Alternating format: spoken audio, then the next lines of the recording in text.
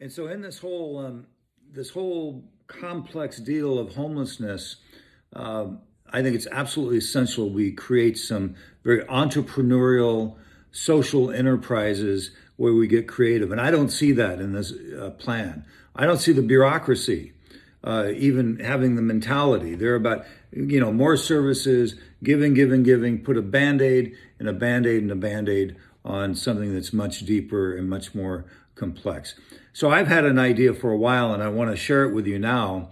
And maybe there's some of you that are listening to this want to join in and help make this a reality.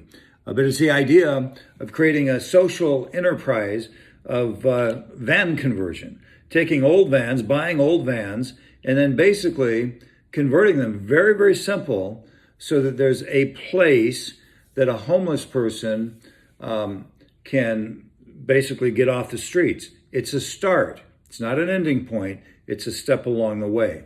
The thing that I like about this idea is that it provides jobs, job training, and it provides basically a sense of dignity. The thing that I find really lacking in so much of these homeless plans is that how do you give somebody dignity, a sense of self-pride, a sense of creating their own way. And I tell you, I talk to these folks and a lot of different people, and there's kind of this entitlement. Well, the government, the world owes me this, or the world owes me that, and they have this kind of this attitude. And those people that have become self-sufficient, it's a whole different attitude. And there's more of a sense of service about how can I serve and how can I contribute rather than what I can take from society and government. Now, we all have had our bumps and bruises, and I'm not minimizing the challenges that all of these folks have. And they don't fit into a cookie cutter. There's all kinds of profiles. I mean, there's one fellow that's here in town, and I won't say too much because I don't have his permission, but man, he drives a new car, he sold his house, he just didn't want to pay mortgage anymore. And so he's got a nice brand new SUV. That's his choice. Then there's kids that come around and they're hobos on trains and they have kind of an anti quote unquote fascist deal. And it's a whole different mindset, different generation. So there's different people with different issues. And you have to have a personalized plan to make it go forward. So with that in mind, I think it's extremely important that we do that. Now, I've talked to a couple of these guys at Moonlight Beach, and I pitched this idea. I said, hey, what do you think about a van conversion thing?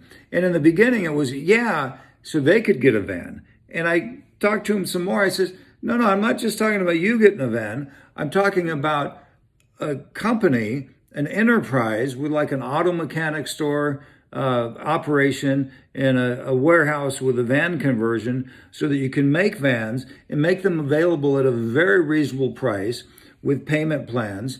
And they kind of balked at that. But I says, man, you got to earn this stuff. You've got to have the sense of dignity that you own it. And after talking, they were kind of coming around.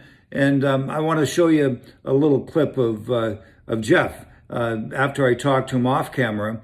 And I asked him if I could get him on camera. And this is what he said. Yeah, Dan, I heard what you're talking about as far as the van conversions. And I have skills from many years of construction work and building houses. And would love to be a part of that if you were able to get that going and process, potential homes for people like me in my situation. And so if you're interested in this whole idea of creating a social enterprise and making an impact on your community, reach out to me because there's some really interesting visionary plans, strategic plans that we could go after. And if you want to be part of that team, that would be wonderful. It may be that we get a corporate sponsor like a U-Haul or a Ryder truck where they recycle, and when they sell their vans after so many miles, that could be part of that equation. So there's a lot of opportunity. It just takes some vision, it takes some energy, and it takes some smart people. And I know there's a lot of smart people that are listening out there now. So that's it. That's my thought for today. Cheers.